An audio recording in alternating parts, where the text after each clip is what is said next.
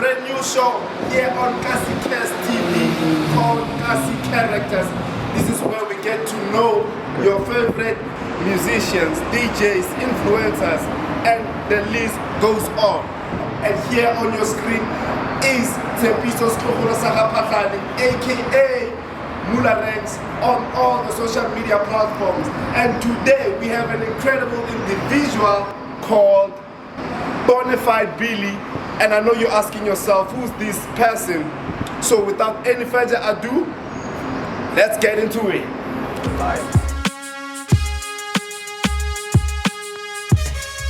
All right, yeah. Do you hear the horns on this track and hear a story about victory? I hear the brass playing, tell a tale with great mystery. The mystery is me, and honestly, the beast depicting me. A trap upon the capabilities to turn a melody to music so divine the BET would need a symphony. It's overdue, it's time for me to feed these fiends. Listen to the kids and realize we need these teens. They need a real trap again on their TV screens. What's some bars to me? Some kid I bless with sweet 16s. I trap with a twist, articulate, I'm hacked at your lisp. Mumble rappers mumble cause they jaws crack with my fist. The game's small, I'ma write your names and pack up the list. But don't be lustig, I make your rappers back up a bit. Or back up a lot, depends how deep you wanted to get. Don't get your ego killed by how a saucy trapper can spit. I let the last bar go so you can breathe for a bit. It's Billy. It's Billy. Yes, just like how we promised, we are here, we've arrived, Baba. As you can see, the setup is a bit different. And I'm here, my brother. How are you? Yes, sir. What's poppin', brother? Thank you for allowing us into your space, dog. Nah, trust me. See, it's a very intimate space. You've Yes, got your sir. own private ndomba. I can dumba. Trust. Bona Yes, Fide sir. Billi. Yes, sir. That's me. For many people who don't know you, who might not know you like myself, Yeah. I just know you as an artist. Yes, sir. But then there's people that know the person behind. Yes, sir. You get what I'm saying? Yes, I So feel for you. people like me, who's Bona Fide Billi? Thank you for having me, first of all. Yes. I appreciate the opportunity, brother. For real, for real, for real. Bona Fide Billi, I've been an artist ever since a child, bro. Okay. I've been into music like ever since the beginning. I think, I started off in the church choir. Okay. And I sang like in a duet. Yes. Kodi kereke ke pusha ke mfana kereke. Conjure they call the youth choir. Or Yeah, something like youth that. choir, and Yes. youth choir, and even before youth choir, I was like in a little group there, you know, the messengers of God. Kintse wopela kale lentsele mo natenyana, you heard me. But I switched up from there, and I started doing like commercial music. You feel me? Like it was a long time ago. I was a young cat, bro.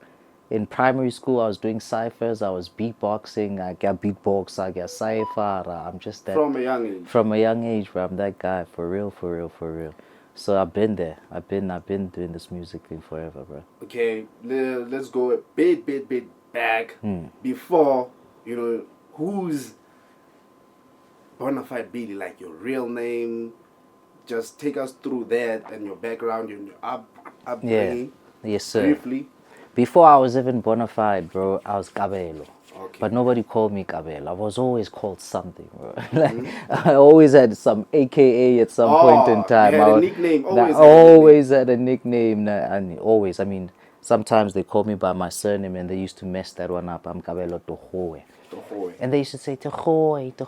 You know the girls, how they You went mess to these private things up. schools? I went Because to it's only white kids. I've that never would say- even seen white kids go school. I had some multiracial schools at some point in time, but it was the shorties that couldn't have Setswana, bra. Setswana sele mana saba akitse saba tlhatlhamolla mana Setswana sele. So ne ba se senya Setswana sele. I'm Tswana, bra. I'm Tswana. My dad's Tswana. From where? Ke Motswana ko, I was born in Rustenburg, but you could say Motswana ko Mafike.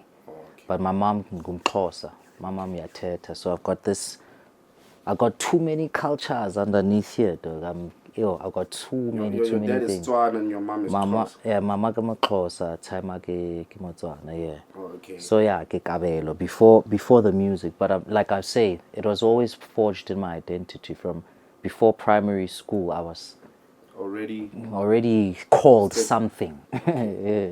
So when does the music bug starts?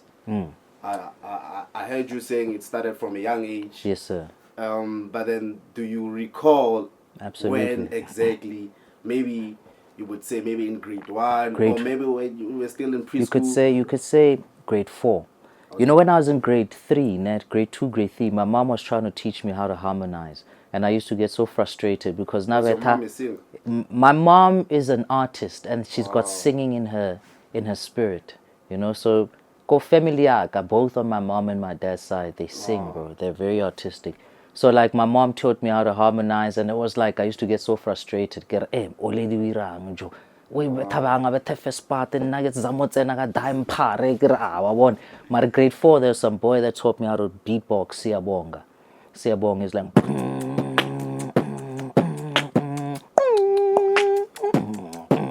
I learned that, and then we learned how to that's how cipher. you got interested. Yeah, I've been love it, but I was always in it, bro. It's hard for me to say, you know, this particular moment was the moment because I was always doing music. I was beating on chairs. I've been having music in my blood forever, bro. For real. So when can you say this was the moment where your talent was exposed? This was like when you reached that you started reaching that peak, or this is the moment when I got exposed to the masses. Yeah, I mean, look, the first time go grade 7 I performed go SABC 1 go Wild Room. What song would you perform? It wasn't my own, bro. I sang Asha Let It Burn, bro. Whoa. He gets R&B more, and I was like making myself sexy and stuff. But I was a cute boy now, just like and they like that shit, man. They really like that, man. What about your TV? Because from the biography that you sent me, I saw something about you performed at Yo TV at some point. That was the one, bro. That was the one. Old, yeah, I was a young homie and I was on TV like for weeks because they looped those episodes. I didn't even see myself, bro. I caught the archive footage. That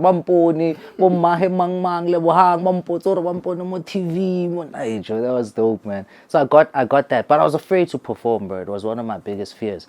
I used to pray, Modimo Kopelo Sari, I can never perform. Because I imagined like, imagine about embarrassed that I'm staging here or something. So like I didn't want to perform, but now performing is probably one of my strongest points. And what would you say that comes from? Is it like a natural?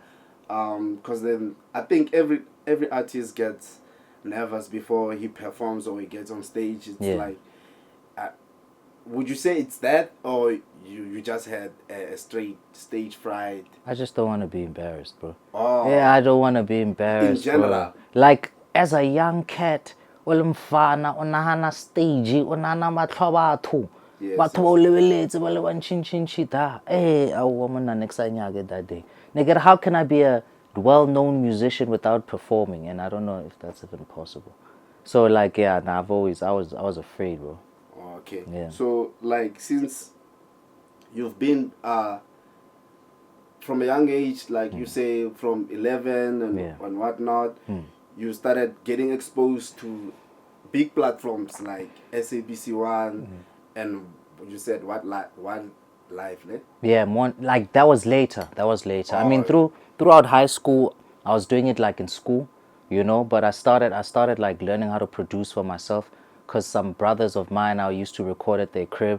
Jo bampolaya jo. Nega tshwanetse ke ntshe EP in damana raz ka tlholobo ya mo studio. It's nazaga mo patela. So I think it is after matric where it really started like taking off, yeah. So like, what would you say is the type of music that you make? Do you have a specific type of sound that you can identify with Bona Fide Billi? Yeah. I call it. You just tap into everything. I call it Afrofusion, bro. Okay. It's a fusion of African music with the spine of trap music, hip hop music. So I'm a new age cat, bro. I'm a combo of the old, the future, and the right now, you feel Yes, me? yes. So I mix everything, different sounds from different parts, but the spine of it is African and hip hop. Man, you have so many accolades that I cannot even like from my head start to even count. I mean, you're not only just a musician. You are a musician as a whole, but you're not only just a rapper. You're also a producer, a songwriter, composer. Absolutely. Like, what, like, was it like a conscious decision that you took that I'm not only going to specialize into one skill, Yeah. I'm going to just explore all these departments so that I can, get exposed quickly, or I don't know. I understand what you're Was saying. it like a conscious decision, or you just found yourself into doing these different things? It wasn't a conscious decision, brother, not at all. Ke tla re, di ngwetse. You know, when you love music and you're following your passion, di tla o tlela tse ding.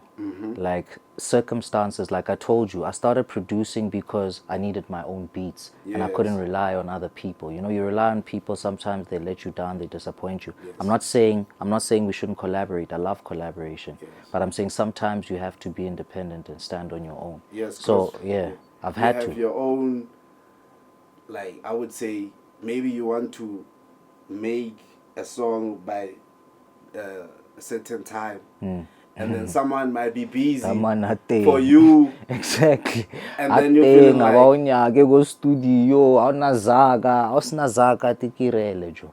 Tikirele. That's how it happens. And sometime when you're ready, you'll get the opportunity, you know. Like one of my first, I think it was a long time ago. But I started working with Chad the Don, and I was working at his studio. That was one of my first paying jobs, one of my first, like amongst other jobs. Like I performed first and then started producing, and I produced his album, The Book of Chad, and through him we got to tour around the country, and I got to learn other Was things. it when he was still under Family Tree? No, just Oh, after. okay. Just after. It was just after that time we left Family Tree. So yeah, that's when I met him.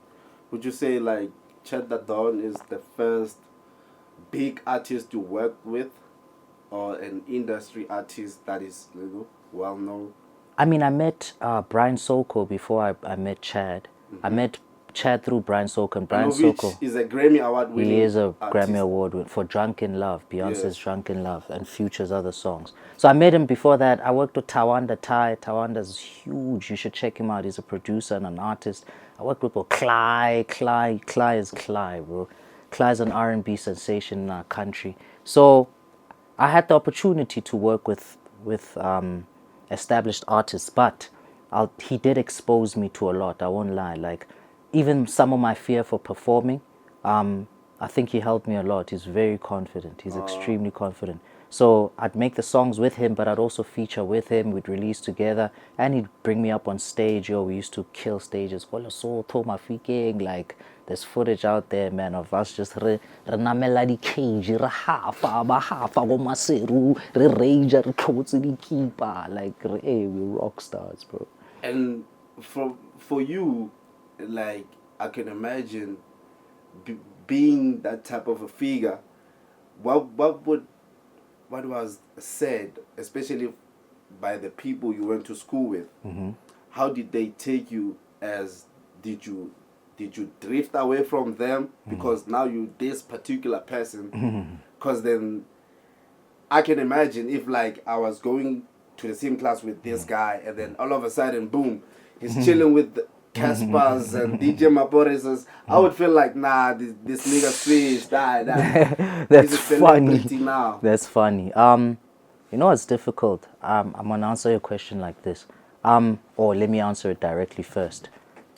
There's relationships that I got that last forever. Like some of my relationships, like I said, with Clyde, Peasy, Weechi I knew him in high school. Peasy, Clyde, I knew them since primary. So some of my relationships are like they're brotherhoods, they're family ties. You feel me? So I got friends right from they can't be starstruck because they're stars too. They're stars too. Makes sense. Yeah, and I feel like I built family, man. I built family in primary and high school, and they've always known like, hey, this guy, he's about this. So I sort of think they expected me to really pursue my career. I mean, there's some people who are lawyers now, engineers, accountant, and I look at them like, yeah, galuduma. But for me, this is a calling, and even if I try to escape it, I can't. So I think nobody's starstruck about nobody. I think we're just all proud of each other, and everybody's doing great in their own way, you know. So I respect that a lot. And then, what would you say, like, your working relationship with Mam Spongile, Spongile Kumalo? Yeah, that's a tough one. And how did that working relationship come about? We met at the South African State Theatre doing a show called Kwanele. It was about silencing the guns in Africa. And we went together to Angola. And we built a bond from there. She was like a mentor to me, you know. I learned a lot from her in a very short space of time. It's a tough one because her passing affected me deeply, and it still affects me today. But she's an icon, so I'm humbled to have learned from an icon, and I'm humbled to have received gifts, you know, proper gifts from an icon. Yeah, wisdom. What would you say one of the fond memories you have of her? She used to laugh a lot, man. Anybody who knows her or who's fortunate to know her knows that she used to laugh a lot. So I just remember her laugh. I can still hear it today. I can absolutely hear it today. I remember her laughing. Okay. Yeah. Now let's talk about like the stages that you've been on, because it's a lot, dog. It's a lot. It's a lot. Yeah. What would you say, like the one stage that maybe you never imagined or you never thought it would the reception would be the way it was? I hear you. What would you say is that when I was on that stage then? It a lot was of things changed. Rocking the Daisies in Cape Town. I was scared, man. You know, we had performed with this friend of mine, Simtronic, DJ Simtronic. Yes. We were doing a tour around the country with Simtronic, and so this time around he was in Cape Town, and we just always bumped into each other. We weren't booked together like at the same time, but we bumped into each other sometimes. We were booked together in different gigs, and this time we weren't booked together, but we bumped into each other. This time we bumped into each other at Cape Town, and he's like, "Hey, Jo, tsena Jo, kere tsene. Ah, Jo, are tsena mfana. Ko dlala setaka, wana wa tsena. Kere, hey Jo, bangango wa staging, hu ira lana." I was not booked, nigga. I was not booked, brother. And he's like, "Hey, dog, just go." Now, before he goes onto the set, now he's scared, bruh. Like, ish, what if something happens? He says, "Bruh, go there." I'm like, "Let's go, bruh." Then he starts the song. We did the song Turn Up Young and Pele. Starts with zoom, zoom, zoom, zoom, zoom, zoom, zoom, zoom, zoom, zoom, zoom. I'm looking at these people, thousands of people. Zoom, zoom, zoom, zoom. When I went, we on the way. I ran up on the stage and the beat went boom. Hey, I started raging, bro. I raged and the crowd just went. It was crazy, bro. That day, it was in Cape Town. I almost passed out, bro. I almost passed out the way nigga hafaga thing. Kalatela skipa daga te latela mara crowd, dude. Like that was insane. I've had insane shows. I told you about the one with Chad and Maseru. That was crazy. I'd come back from China. He had just done the Kelly Kumalo thing. It was really lit. But we went on the stage and there was a cage, bro, like before us there. The barricades. It was worse than a barricade, man. It was like super high. Really? And the stage, there's too much space between us and the audience. But the audience were feeling us, bro. And these bouncers were trying to keep these barricades. I'm like, fuck it, dog. Off the stage. You went over the barricades. Fuck the barricades, bro. I mean, I guess it's the adrenaline that comes with gang, bro. Just performing and seeing the people's response to your performance. Absolutely. So like, you know, I sit and wonder, like, yes, you've been on these platforms, these stages and whatnot, but then I still question, even now, like, how did you get the gig of Break Summit? Like, it's like, how on earth? God dog? bless, God bless. National duty, bro. I've been on about 3 or 4 national duty gigs. I pledge my allegiance to my country. Yes. I pledge allegiance to my flag. I love this country. I love South Africa. It's a beautiful place, and I've been fortunate enough to serve the country. Theater's put me on. I've been on I've been on the theater stage for more than 7-8 years now, and through theater we branch off and we serve our country. So that's how I got the bricks one. Oh, okay. Yeah. So, talking about the country, obviously there's a lot going on in our country. There's ne? a whole lot, brother. So, like, what do you think, especially between the war that's going on? I don't know if it's a war or what. The conflict that's going on between our country and the United States. Well, what's your thought on that? It's a hot topic. It's a very dicey subject, and I think that superpowers are flexing their muscle.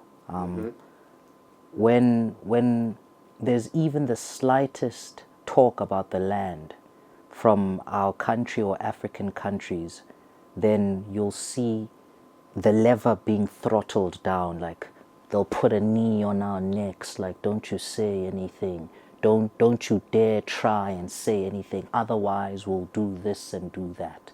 So the liberation of our country and our continent is through persisting through the fire. We have to persist through the fire, bro. The consequences are dire. The consequences are real. The cost of living is high. These terrorists are insane. And we haven't yet gained our independence. I don't see any independence when everything else around us affects us so deeply and dearly. So we're thoroughly affected by things that happen outside of us. We don't have our independence. You see, when you have land, brother, I look around, I look in Acadia, I look around and I see people with plots and land. They say, what are you going to do with all the land? As if the land is just for you to plow on. If you're a landlord, you're earning rent, brother. What are they doing with all the land? Exactly. There's too much. So it's a pathetic question. I've been asked that question. What are you guys going to do with all the land? I'm like, what? We'll show you when you people give our land back. Like, just give the land back and we'll show you what can do with land. Even if we're not doing anything, it's our land. You have to do something with it. Barren land is no use. So we have all the ingenuity and all the ideas to know what to do with land. We're not here strapped of ideas of what to do with land. We know exactly what to do with land. There's landlords today. Why are we paying rent in our own country? And there's the debate about, no. It's not really your country because you're not from the south. The African person belongs to Africa. And we wouldn't be having the African debate if there was a fair and equal system that benefited the most. Now we're forced to be polarized on the basis that there's some people that live grandiose lives with land and resources and properties, and there's some with others without. So I'm like, yo, man, we, the ones without, bring the land, brother. That's what's happening. That's what's happening in the world. That's what's happening in global politics. There are people who own strategic resources and there are those who don't. And those who don't, let tla ikutlwa. Or parwa ke di-tax, le tla bona gore borotho bo le ke 30 rand or ke bokae. Le tla ikutlwa. Yes, I could feel from the tension of, but like it's a very touchy subject. Of course it is. Yeah. I saw on your biography that you once performed at Mamuni's memorial service. Yes. Is that true? Yes. How was it, man? Like, obviously, we all know how iconic Mamuni is, you know. Like, how was it performing at such and I wouldn't say like a big event because it's not. I met her. I think that for me is even more special. I met her. I managed to shake the hands of an icon. So that for me those are one of the special moments that I hold dear. And some of the music I'd written for a musical called Freedom with Aubrey Sakhabi made it on the show, the memorial show.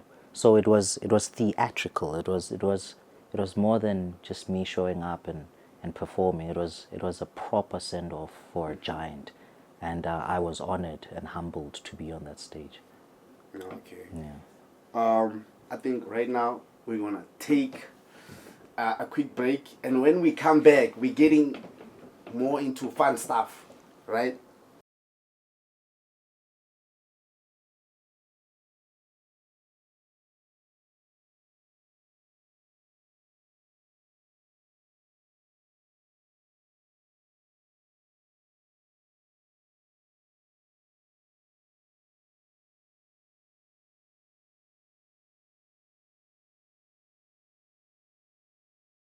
Action.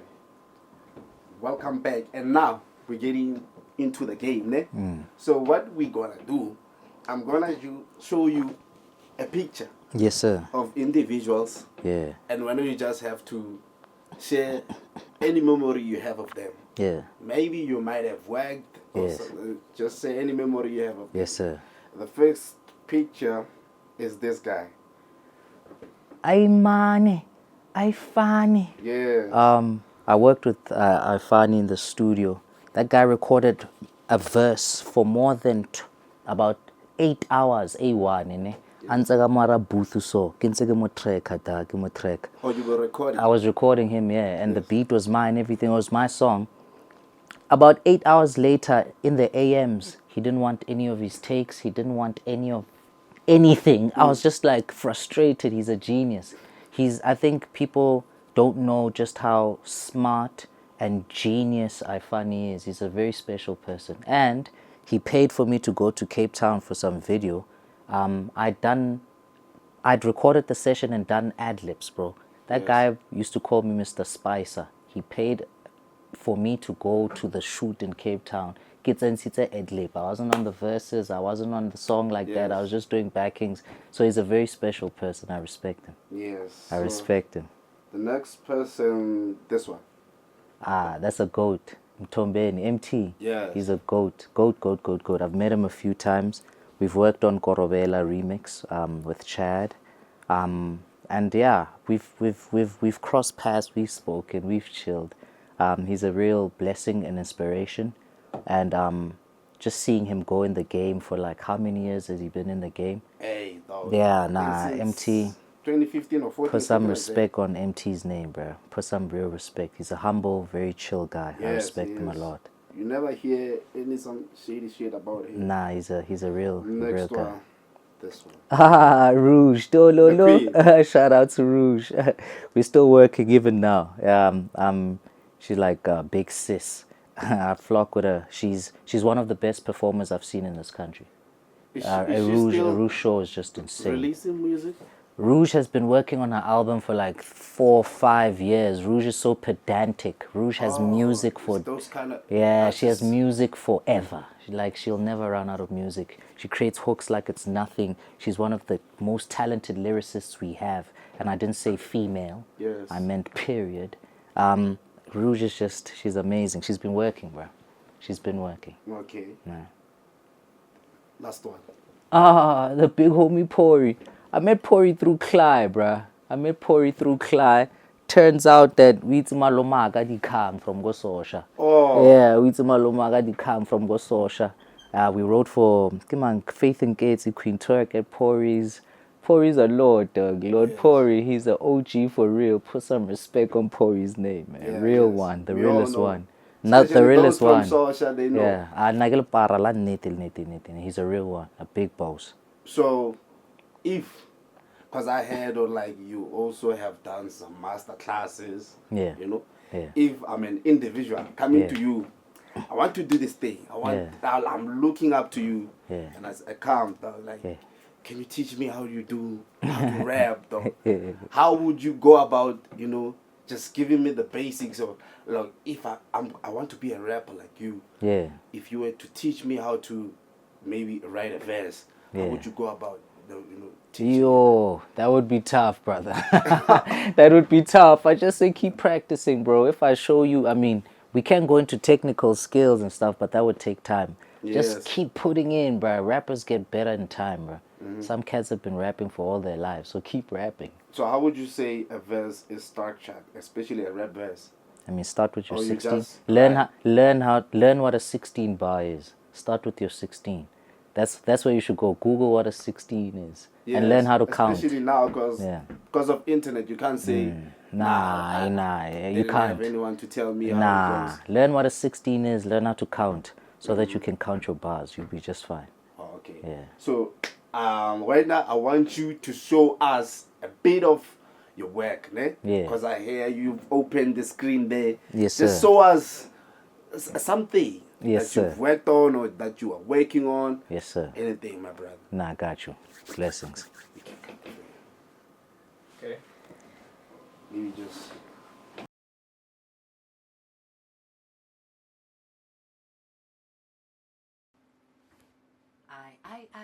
Yo, what's up? This is Bona Fide Billi. 20 more tabeng ya Hebron.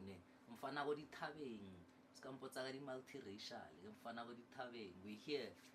Kasi cast, kasi characters, mud people. Thank you for the opportunity. Everybody at home, I love y'all.